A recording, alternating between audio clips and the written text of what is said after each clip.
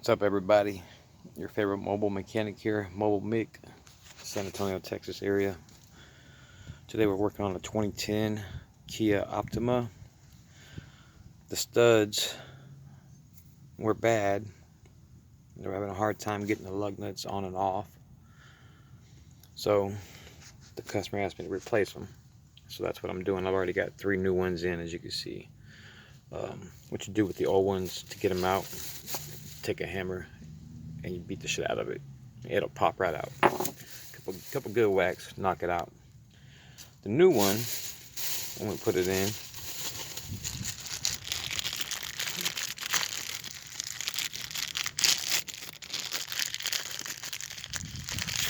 is,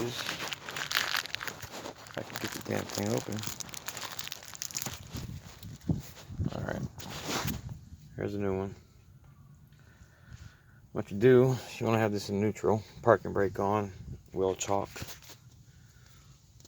You're going to slide it into the hole. Now it's going to be a little snug, a little tight fit, because you got to work it in. But, get right there, just give a good couple taps, get it in there, get you some anti-seize.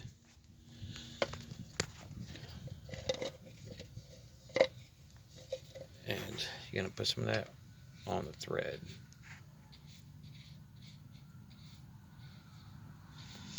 Because you don't want any kind of binding on this at all. Now, I'm using an oversized nut as my spacer to help draw that in. And what you're going to do is you want to put anti-seize on this as well.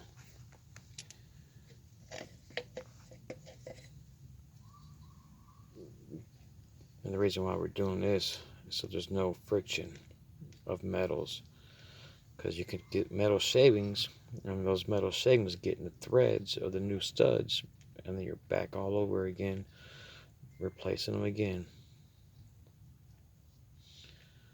So, got our anti-seize on that. Put that on there like that. Alright, we're going to get our new lug nut. And we're going to put anti-seize on this thing as well. Let's see if I get this thing positioned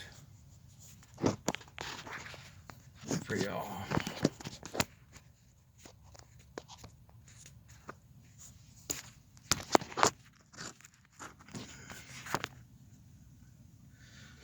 There we go.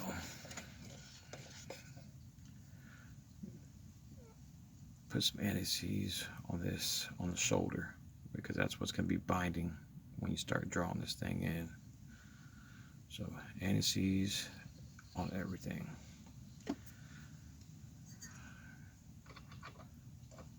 Put that on there, thread that on until it snugs up. Now you've got to use an impact to pull these in, or you could use some kind of press to pull them in. And just going to impact it in. It's going to draw it right in.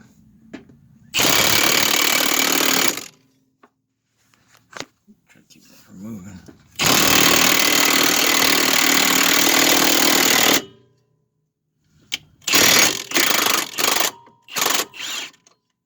Bam. Of course, that sounded like it was starting to bind up a little bit, but that's why the anti-seize is on there, to keep it from doing too much. And I'll put another lug nut on there. I'm not going to use the same one I used to pull it in, because I'll end up with more problems. So it's not a good idea to use the acorn style lug nuts like these.